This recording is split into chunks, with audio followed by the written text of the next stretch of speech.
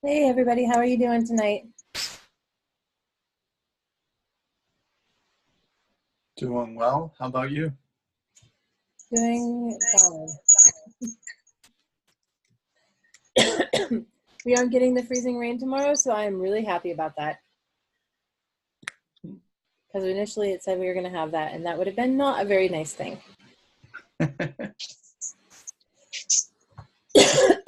Sorry. We have 3 presentations tonight. The first thing I want to ask, though, is if anyone has any questions about the last week assignment, this week assignment, anything that you need clarified before we jump right into talking about the chapters. I was just trying to clarify the dates because I'm getting a little bit confused for when we're actually having these meetings. Okay, so we are having the meetings this week, and then we jump. It's in the announcements. It'll be this week on the 12th, tonight. Then we jump 2 weeks. We'll do it on the 26th. And then we jump 3 weeks and do it on the 16th, because on the 9th, I'll actually be in the air during class. So, I mean, you guys could have had class without me, but I wanted to, I'm in Toronto for a conference that day. I have to present, so I'll be presenting and then hopping on a airplane to come back. So I moved it to the 7th week. It's not very nice to you guys, but you know, that's how it works. My one teacher prerogative there. With the meetings, there are 4 meetings. You get 12 points total, 3 points apiece. I post the video. There's a folder for it. They're written as an assignment. You can get 2 of the 3 points back for watching the video and summarizing. But you also, with each of your 9 units that your 9 lessons that you're doing, if you actually teach them, you get a bonus point. So you make sure you tell me that you teach them, you get the bonus point, because that way it makes it fair for people who do not have a classroom situation. And so you have a total of 9 bonus points possible.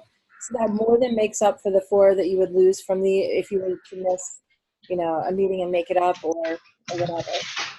Missing the presentation does have a penalty to it,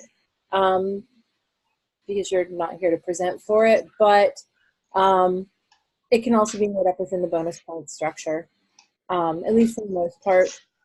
If you're confident just about everything else and don't miss any other points. And like I said, the very first week, I don't have any problem with you resubmitting things if you want to have me regrade it.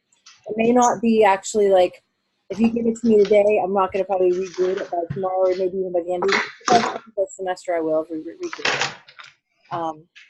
It just doesn't pop up in my feed the same way, and I try to get the new stuff back to you faster than regrading for another so there's that. And any of you that have had me in class before, I don't want to say that I'm an easy grader, but I respect the work that you do and the work that you put in for it. And if I feel like you're just phoning it in, I will dock you quite a few points. But as long as I feel like you're truly making an effort, you're truly trying to wrap your head around it, and you're, really working and improving it and applying it to your practice, then I'm not too hard to get along with. And I'll tell you what I think you need to do, and you can resubmit it if you need to. So there's that. And email me if you have questions, really. I get back to you usually pretty quickly with email. So we do have 3 chapters that we're talking about tonight, chapters 2, 3, and 4. With these, anytime over the next 2 weeks, I know it says do at the end of the week, do at the end of the week. I'm fine with you turning it in the whole way up until we meet again on the 26th. I'm fine with you turning it in anytime up to that point. I'm not going to dock you points for being late if you turn them all in the last moment, anything like that. You don't have to have them all at the end of this week or anything like that. Any questions then before we hop into talking about the chapters? Okay, to keep us on time, I'm going to try and keep you to about 10 minutes each. With the presenting the chapter, presenting strategies and ways to incorporate it into the class, ideas for it.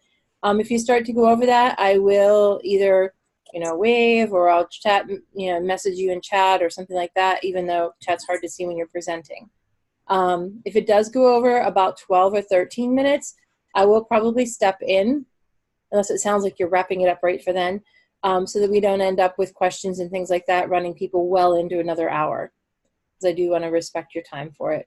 Kind of like you have to respect the bell when you're teaching, for those of you that are in classrooms. All right, so with that, if there's no other questions, then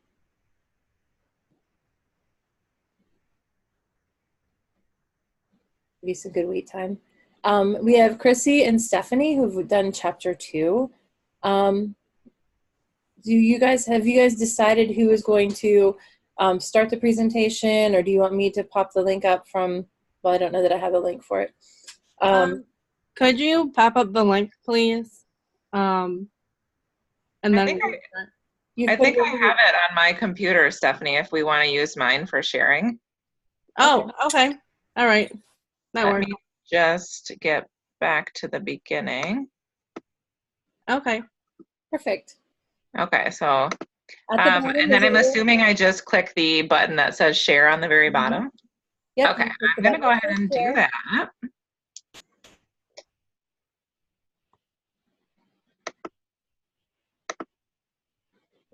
And then, can you see my screen right now? No, right now it No, says I double click can't. to enter full screen mode. There we go. Oh, yep. I can see You got it? Yep. Okay. Okay. All right. The link, I'm going to drop the link to their document, which is in the, session boards.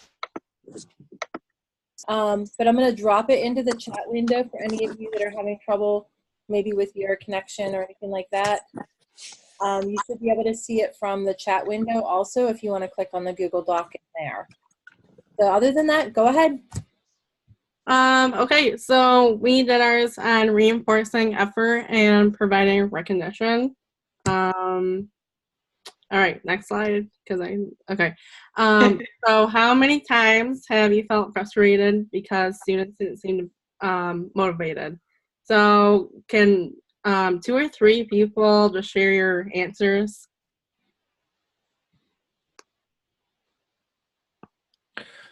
I've been frustrated quite a bit just because my students are like, oh, science, woo. And given that my room doesn't really have a good lab setup, I can't really do all the fun, stereotypical, we're about to blow up the school kind of things. So they're like, oh, this isn't as much fun as it should be. And so I feel kind of frustrated that that's where their lack of motivation seems to stem from. Okay, well, thank you. Anybody else? I have 8th grade English, and their intrinsic motivation is really low at this time of year. So any type of reinforcement or recognition sometimes works, not always. It depends on the mood of the student. So I struggle with that every single day. And the turnaround for homework completion is about 60% out of my 147 students. So we have a lot of zeros in the grade book for some reason at this time of year. Okay, well, yeah, I definitely had that in my classroom too. Sometimes it's difficult because I'm teaching preschool, so sometimes the behavior can affect students, definitely. So did anybody else want to share? And this will be the last one.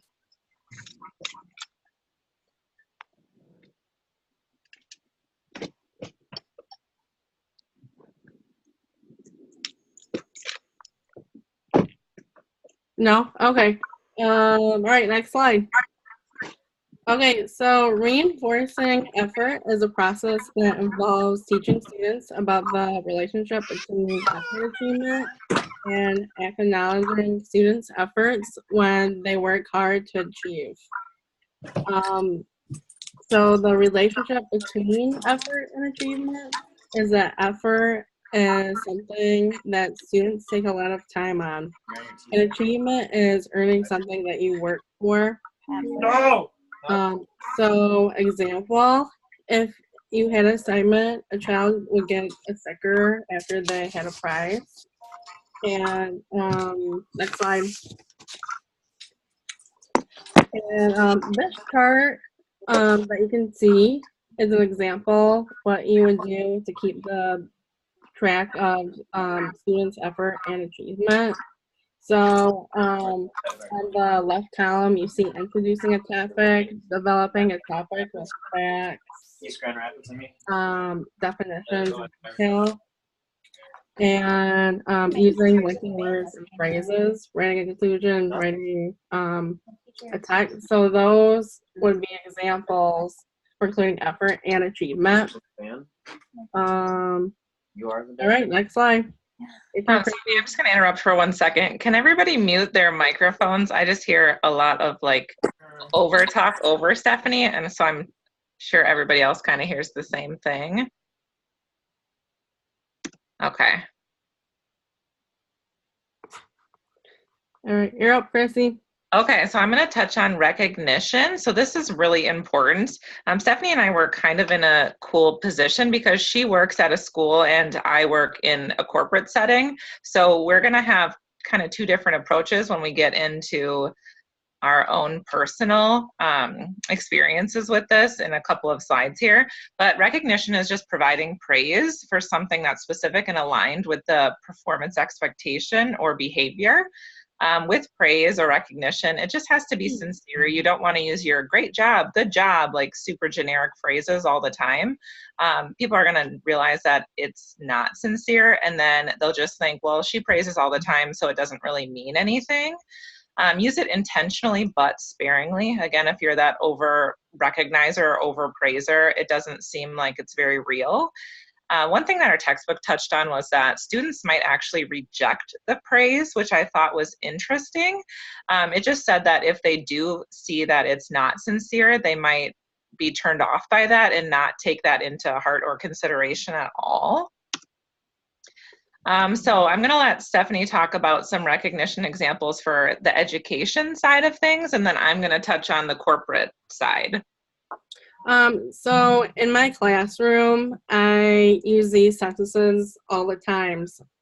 For example, I say, I like the way you're using many colors on your page, or I like the way that you're holding your scissors to cut on the lines. And then for an older child, you could use an example like, I like the way you're using a variety of words when writing. So those would be examples for using recognition in your classroom.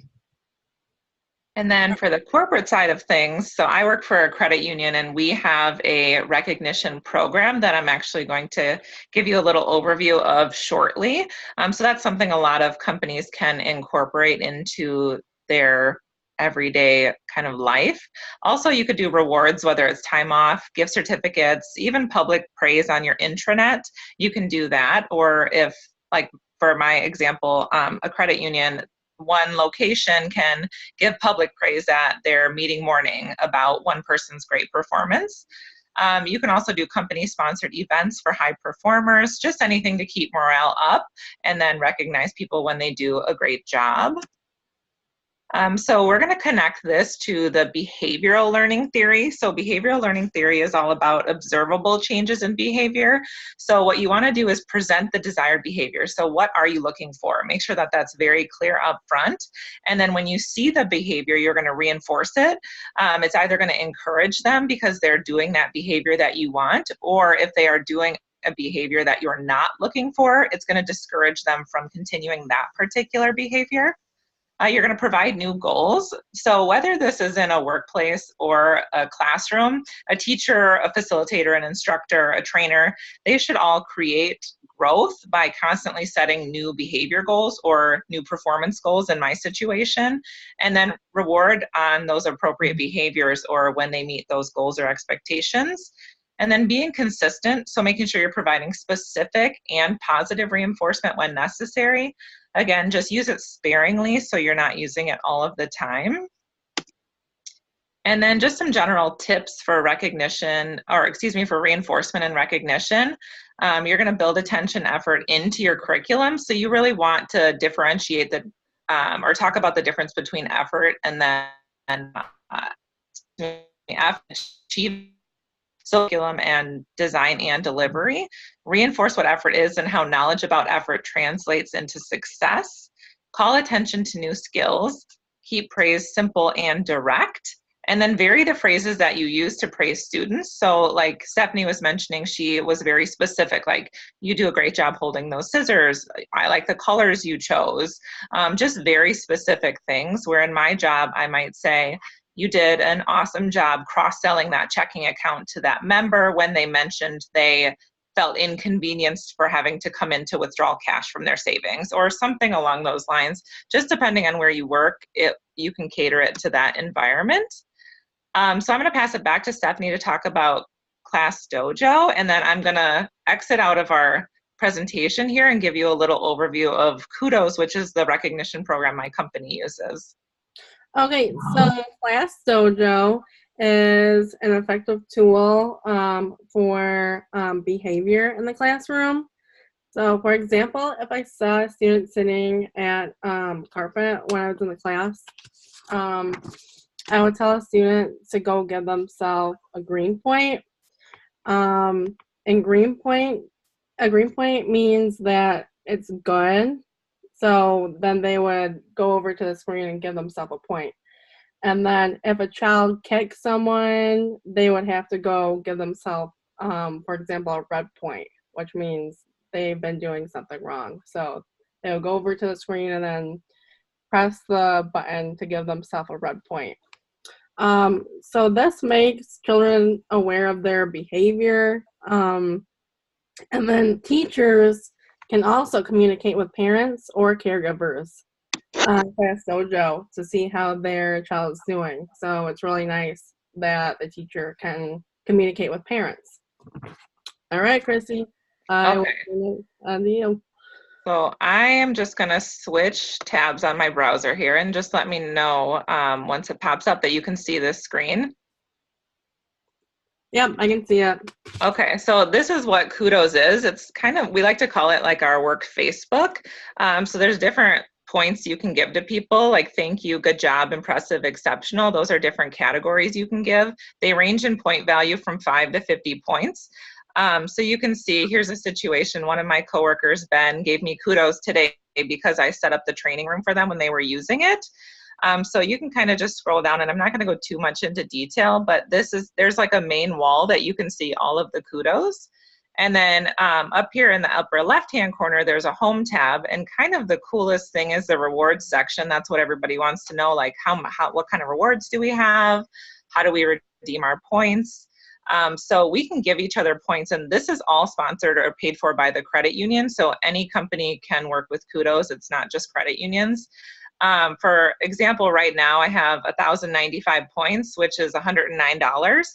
And then right below is a whole list of gift cards that I can redeem these for. So this is actual live money that I can redeem for any of these places. And then the cool thing about it being company sponsored is that we as a company don't actually pay unless these points are redeemed. So if someone has a bunch of points in their bank and say they leave, they don't redeem them, or they get terminated for some reason, it's not costing us any money unless they redeem the points. So that's something that a company can kind of work into their budget. There's a lot more to the program. I'm just not going to go into it, but it is available and out there. If anybody does work for a corporation and they're interested in it, you can just email me and I can explain a little bit more about it. Here's a quick snapshot of our reference page. And then just to wrap up, if anybody has any questions, let us know. Otherwise, this will wrap up our presentation.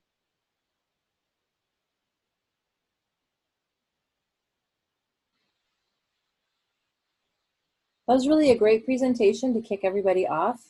I'm really appreciative of the work that you put in on this and the examples that you had and the ways that you tied it to the learning theory as well as how you're using it in your setting. So I appreciate that a lot. Thank you. Thank you. I'm going to stop my screen share. Yeah, anybody else have any questions or comments? I just want to say thank you. I really love using Class Dojo in the classroom, and my parents really like it too. Okay. Yeah, but it's very effective, I think. I use it in my classroom too. I've heard of a lot of people using Seesaw as well. Does that work very similar to it? I've not. I actually don't use Seesaw, so if anybody else uses Seesaw, that'd be great to tell us about it.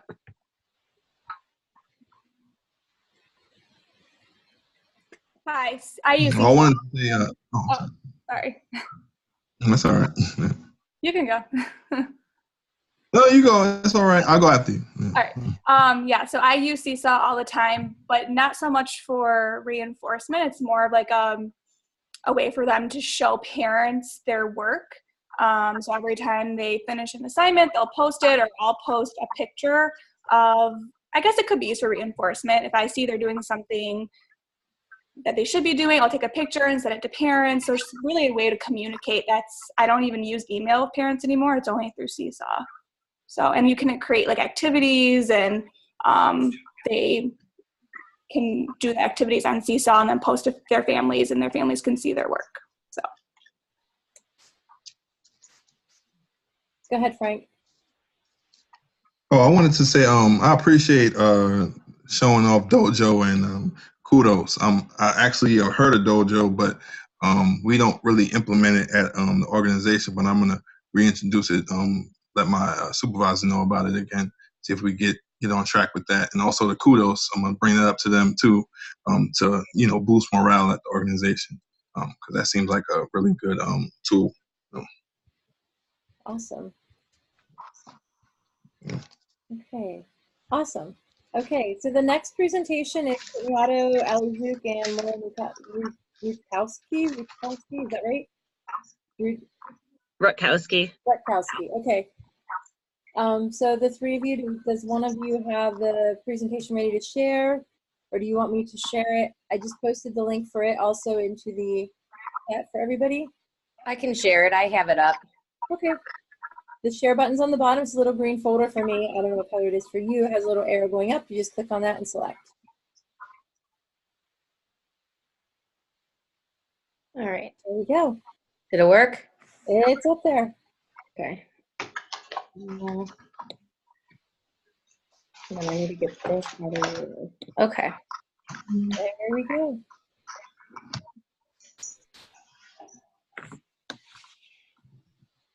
Okay, so we did chapter 3, which was on cooperative learning.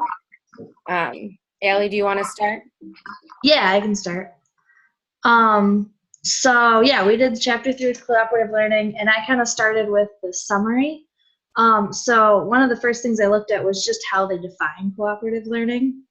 And the way that they defined it was they started with Johnson's text, and they talked about 5 different elements to define cooperative learning, including positive interdependence and individual accountability, which they especially kind of highlighted there, as well as Kagan also highlights that as some of the more important points of cooperative learning. So I thought those 2 were the most important, and they were the ones that I focused on the most, looking at as, a big factor when you're planning a cooperative learning opportunity. So yeah, you can go to the next slide. I kind of talk about each one. So positive interdependence they describe as, and I really liked this definition, of emphasizing that everyone is in the effort together and one person's success does not come at the expense of another. I think I work at a very competitive school, working at a private school. So I try to encourage this in my students as much as possible, to have that support of each other. And if one person is doing really well, it doesn't mean that you're failing. It just means that you're working together. You have that positive interdependence. The other really big one was the individual accountability, which I think is super important as well, because in any group work situation, especially with middle schoolers, there's always a kind of a push and pull of, okay, who's doing what? And so they said each member of the team is to receive feedback on how his or her personal efforts contribute to the achievement of the overall goal.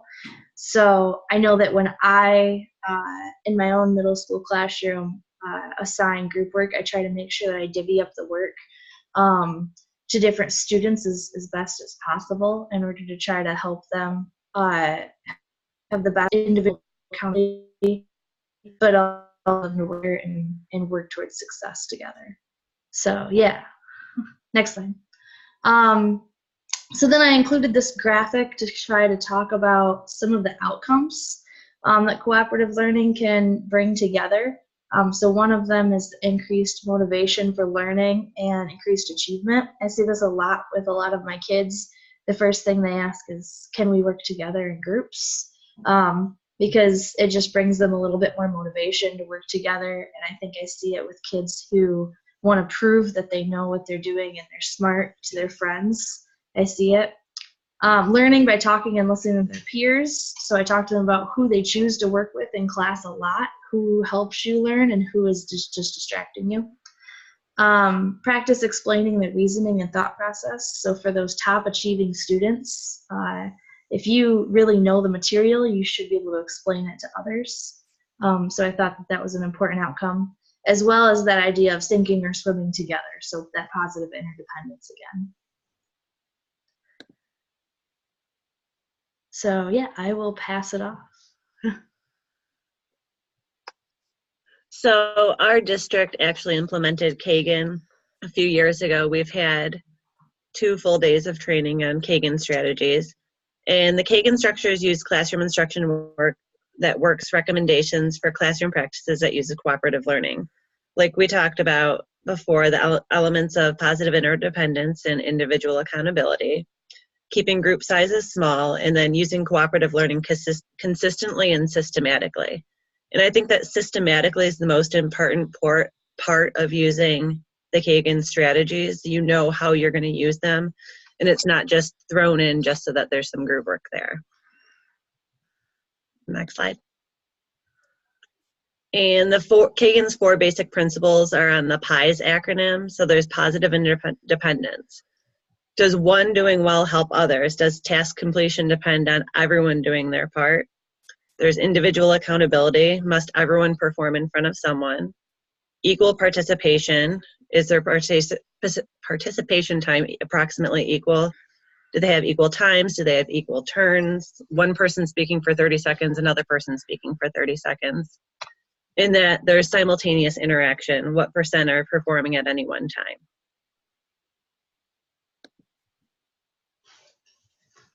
Yeah, so this was something I added as well, kind of some recommendations that the book talked about as ways to help with cooperative learning. The first main one, and I really see this in my own classroom, was to keep group sizes small. I noticed the bigger the groups get, the more their motivation decreases because they feel like they can sit back and kind of go, oh, well, they'll take care of it. So the picture actually here is one of my own classroom and my own students working in groups. I said to use cooperative learning consistently and systematically, which I notice helps my students a lot because they get kind of into that that practice of constantly working together and knowing what they're supposed to be doing and doing all of that. But they also warned of not overusing it because you can have the students that back off and go, okay, they got it, and then they're never actually fully participating in the work. So having that balance is important. Finally, they said to include both positive interdependence and individual accountability that we've talked about so far, because students need to support each other, but they also should have those larger responsibilities within the group that keeps them working as well. So I put another picture of my own classroom and my students working together. And one of the big things that we've talked about as a staff is creating group-worthy tasks. So does everyone have something to do or contribute? And is there different levels of differentiation that can be contributed to the project? So, those lower level learners that are struggling, can they do something and feel like they do a really good job at it? Well, the students that are high achieving, do they feel like they're challenged? So coming up with those types of ideas. I put 2 examples of things that I've done in my own classroom as well. So the first one is an interactive simulation style activity where they had to make choices for their own Greek city-state that they had researched. So as they come up against events and things that they have to decide on, they have consequences, and everyone has a job, whether you're the person writing or the president or the Democratic voter or the timekeeper. That's your job. The other one was that they create posters, but they end up looking more like placemats because I have it so they divide them into 4 so they can all work at the same time. So each student has a specific job that they do. I normally assign these so that way once again, the higher achiever students are given something that's a little tougher for them, something that challenges them. Well, the students that are struggling can kind of work on something that gives them that confidence that they're helping the group out. So those were some of my examples of cooperative learning in the classroom. I also added some strategies that you can use to incorporate cooperative learning into your classroom. The book talks about 3 different types of groups that cooperative learning utilizes. So the first one is informal groups. So these types of groups include cooperative learning that only lasts for a few minutes. So in the lower elementary level, like K through 2, I mean, this could last just a few minutes. And then the higher levels, it could, last a class period, but it never usually goes beyond a day. So these conversations happen with small groups of kids, and it helps kids clarify their own thinking or clarify the teacher's expectations, and it helps them add to their own information using information that's shared within the group. So something that I use multiple times every day is a think, pair, share. And I teach first grade, so a lot of the times the kids can really build their own knowledge by talking with each other. So if their initial thought is pretty basic, by the time I give them a few minutes to think on their own and then share with a partner, when they talk back and forth, their basic original thought is turned into something that's a little bit deeper and has a little bit more meaning. And it helps with their comprehension of the task as well. So I use this multiple times a day, and it's just a few minutes, and it's easy. There's no, you do have to use them systematically, as mentioned earlier. Sometimes I can throw them in there if it works, but for the most part, I do plan when I use them so students are using them appropriately and it's benefiting them and they don't get bored from it. Another group for cooperative learning are formal groups. These groups can have activities that last from several days to a couple of weeks at a time, just depending on what grade you teach and what project you have them doing. So an example of this, our building is really big into the PBL project, so that's project-based learning, and this is basically where kids have the choice. It's all student-centered, and students can choose what topic they're studying, how they want to research it, how they want to present it, but it is a group project, and there are jobs given to each student, so everyone has, a contribution, and it's equal among the group. I find this a little bit harder to do in the lower elementary grades, only because most of the times the kids are still very dependent. So having them do their own job and, hold each other accountable sometimes can be a little bit tricky. So we kind of changed some of the expectations for PBL for lower grades. But this is a great tool to use for older kids or upper grades as well. And the next one are your base groups. This is a group for cooperative learning that can last the whole school year and beyond. Actually, we just started this program 2 weeks ago in my school. It's called Playworks, and it's a group of kids that, like 4th and 5th graders, who are learning different recess games and like monitoring the kids at recess and being role models and incorporating teamwork and cooperation and sportsmanships and positive attitudes. So it's really a lot of team building things. So it doesn't even have to do with academics. It's something that can be outside of the classroom that will benefit the kids overall. So it's definitely something that we've liked so far for the 2 weeks that we've used it, but it's something that gets all the kids involved, whether they're, lower elementary with upper elementary, but it gets everyone included and involved, and it helps reinforce those positive interactions between students, which then in turn can help in the classroom as well. So those things can transfer over when they're in academics.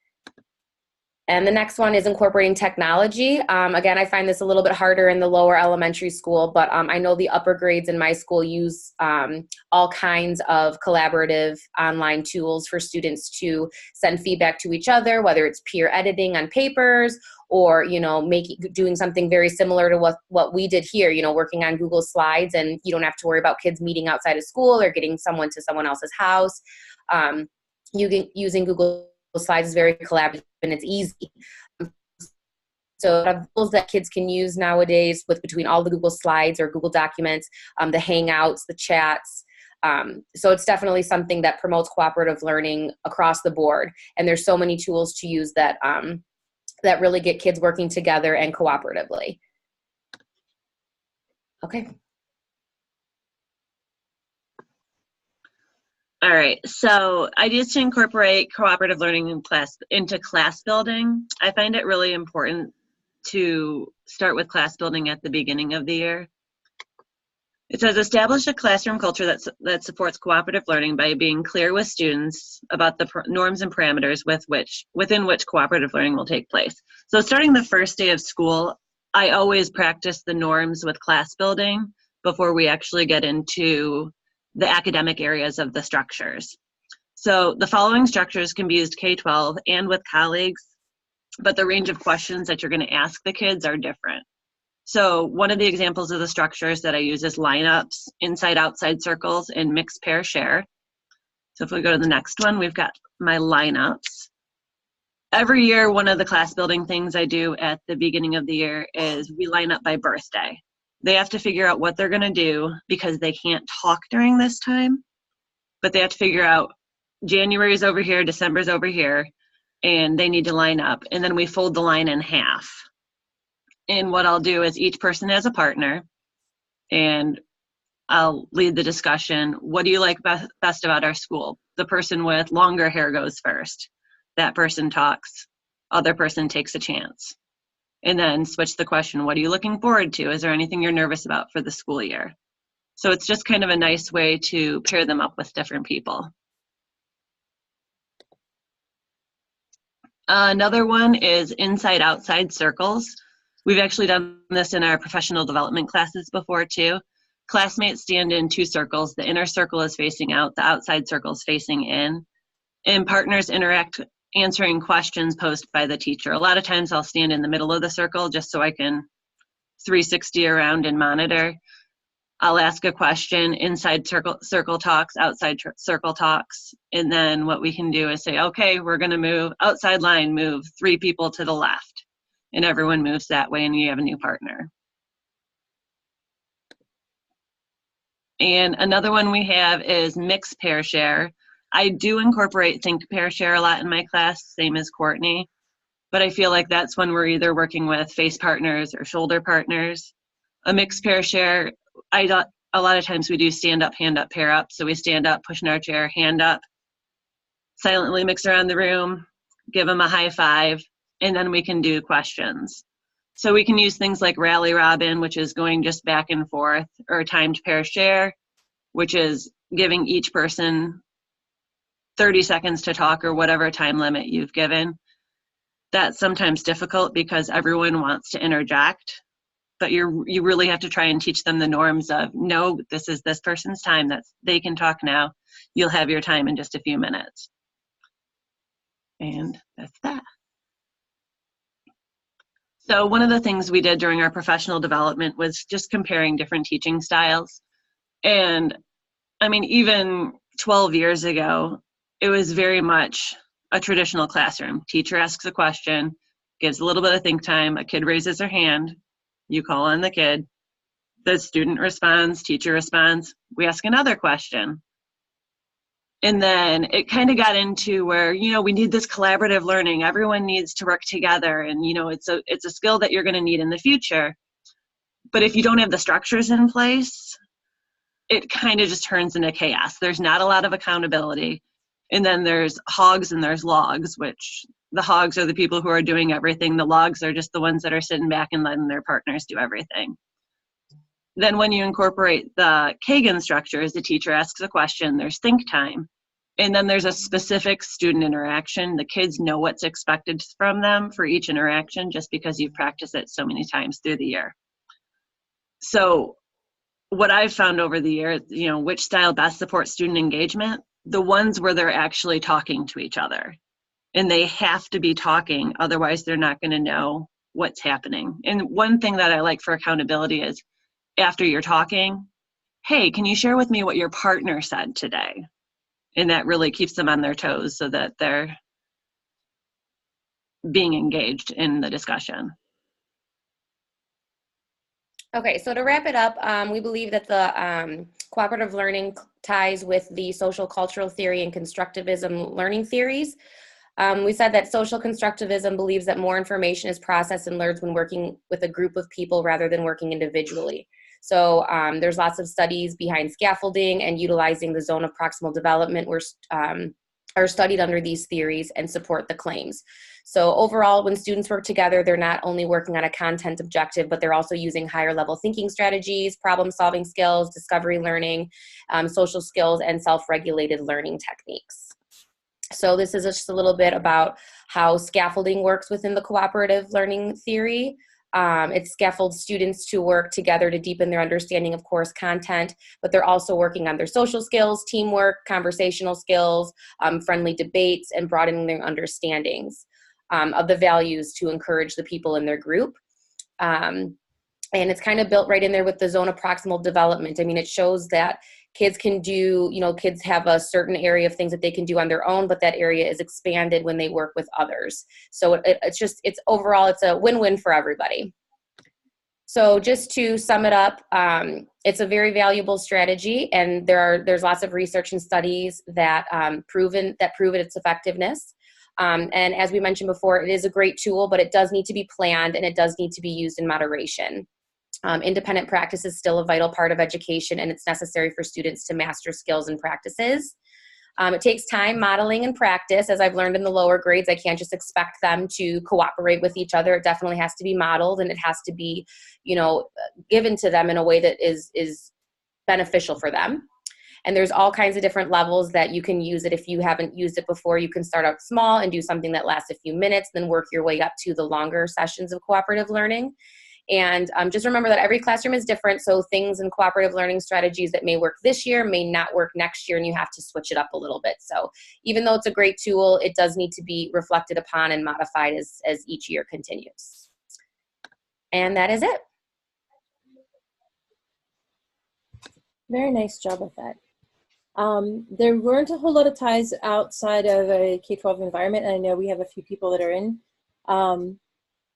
non-K-12 environments, because you guys did a great job of explaining how you would put it into your classrooms and work within the classrooms. While we switch over to the next presentation, which I'm dropping into the chat box right now, while we switch over to that, and the next person, Alexandra, are you going to load, or do you want me to put it up for you? I can load. Okay. So while she's loading it, if anybody from the corporate world wants to talk about collaborative learning and how you use that within your classroom, then that would be great. And if not, then once she gets this loaded,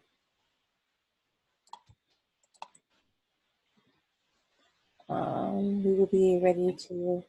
I can share for a second. Go ahead, please. So I incorporate a lot of games. So because we work at a credit union, some of our training's really boring, like the compliance stuff, and even talking about products and services can get really boring. So I made Jeopardy and just kind of some fun games to get us working together and to make it a little bit more lively. I also make scavenger hunts for my employees, so they get to learn our operating system by doing scavenger hunts and working together that way. We also created a learning retention app that pushes out questions and practices for 8 weeks after they started, so they can kind of work together on that after they leave training as well. You've never been in teacher PD? So you want to talk about sometimes not thrilling content? I'm sure people in the classroom could agree with me that occasionally there is PD that is not so thrilling. I can see faces smiling, so I'm not talking, I don't know, I'm preaching to the choir a little bit. Thank you. Those are great ways to tie it across and create collaborative learning environments and experiences within a corporate setting as well. So that works. Alexandra, I think that Sam is not here, correct? Yeah, I don't believe so. No, her grandmother had passed away earlier today. So she asked if she was able to, she didn't know how she was going to manage to make class tonight because of family obligations. So are you good with presenting and just kind of running with it? Lisa? Yeah, we can go with it. I'll do my best to kind of explain some of the slides that she was talking about in her classroom. But yeah, we'll Right. go If for you it. need to skip over anything that's specific to her that you're not sure, then that's fine with me too. Okay. Okay, and the link is in the side over there. And one last thing, any of you that did not sign up for a chapter presentation yet, you need to sign up. And the link is now dropped into the chat window as well. So, and go ahead and take it away. Okay, so we had chapter 4, cues, questions, and advanced organizers. Okay, so the next slide, this one is called, it's an add-on for Google Slides. It's called Pear Deck. I just starting to get familiar with it. I wanted to have it interactive with the class, but I just thought it'd be too complicated. So I'll just explain it. When you add it on, if you have one-to-one technology in your classroom, your students can then, you share a link with them and they can draw or write right on the screen. So I thought this kind of goes hand in hand with the cues and questioning, and also makes it interactive with the students. So with this one, I was going to have you draw or type 2 things you already know about cues, questioning, or advanced organizers. So just to kind of get your prior knowledge activated, think about what do you already know. Okay, so a cue, it's a hint to students of an upcoming lesson, and it reinforces the information that students already know and provide new information on the topic. Questions allow students to access previously learned information and assess what they do not already know. And advanced graphic organizers, they could be stories, it could be a picture or other materials that you use to introduce your lesson to stage the learning. Okay, I don't know why it's not going. Oh, I'm sorry. That's okay. Sometimes it decides to freeze up a little. There you go. Did it go? Okay, did I skip? Okay, sorry. Just, okay, there we go. Okay, so types of advanced organizer. We have expository. So those describe or explain in written or verbal form the new content. Narrative, that would be the story format. So it could be a short story, a video, or a play that relates to the topic of study. There's also skimming. So you use this type of organizer when you want to have them make predictions, and it's like they're judging the book by its cover. So they're just skimming the information. And then for advanced graphic organizer, they must be used before the lesson to clearly communicate what students are expected to learn. Okay, focus on what's important. So use explicit cues. Activate students' prior knowledge by bringing to mind relevant personal experiences or situations that they encounter on a regular basis. This includes telling students what to pay attention to as they read or view materials. So in our education psychology class, they talk about how prior knowledge is a key role in how we construct meaning in our brains. These can both be helpful for the classroom management as the lesson begins and for engaging students academically at the introduction of the lesson. So this is on page 55 and 56, and these are types of inferential questions. So when you're asking those questions and you need some examples, I know the book talks a lot about being prepared with your questions, so having them ahead of time. Okay, so we connected this to the cognitive psychology theory. So people process information through elaboration and imagery. So when you are questioning them, they are then able to elaborate on their thinking, and the advanced organizers are a way to kind of give that imagery. And yeah. So some helpful tools. These are some that Samantha actually included. I've used BrainPop before. I have never used Graphic Organizer or Art with Maddie and Data. But I know she's an art teacher, so I'm sure she will be able to better explain the last one. It looks like they're just short videos that kind of just, again, that prior knowledge, getting them engaged in the lesson. Okay, so my school is very big into visible thinking routines. It's a way to kind of, you can use cues, questions, and also include advanced organizers. So this one I used when I was teaching 5th grade in my literature circles. It's called the 4 C's. So they have to think beforehand about a connection they may have, or even afterwards are thinking, connecting something in a story to their real world. And then they're thinking about any challenges they might have. So it's kind of like you're posing the questions and then they're thinking about it and they have to fill it into the graphic organizer. In my 1st grade class right now, I use a lot of I used to think, now I think. And this gets them, before I'll teach a lesson, I'll do a lot of like sticky notes and anchor charts. So what do you think now? And then we'll do the lesson, and then I'll have them come up and share what they learn, what do they think now about the topic. And there's tons of routines.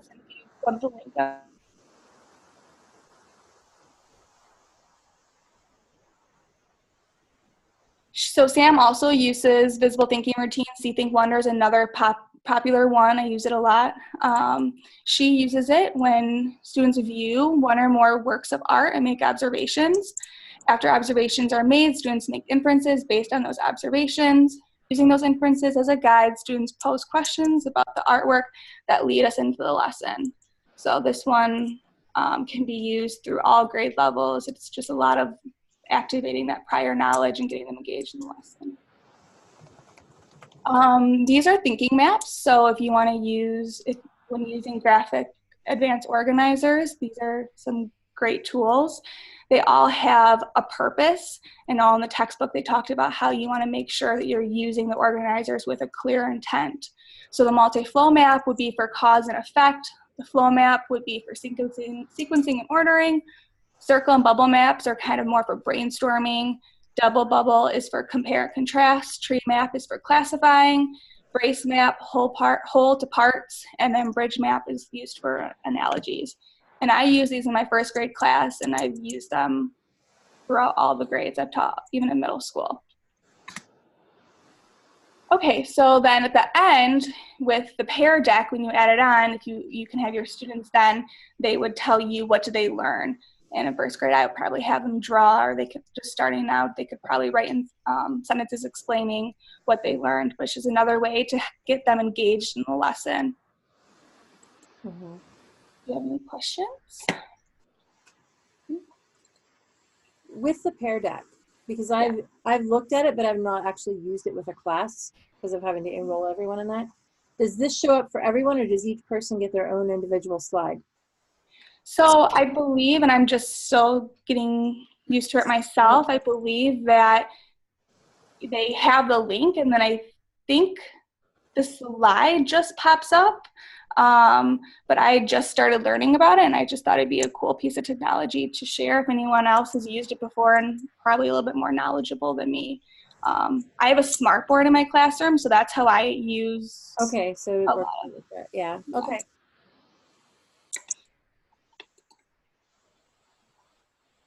Has anybody else used it? Okay, I'll try and recruit some kids, and I'll tell you in 2 weeks. Okay. We write it down. Okay. All right, does anybody have any questions for Alexandra?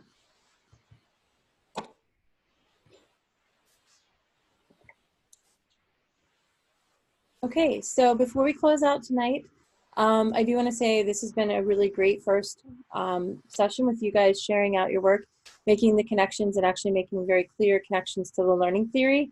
You've done a really great job with that, and I really appreciate the work that you've put in on the lessons for tonight.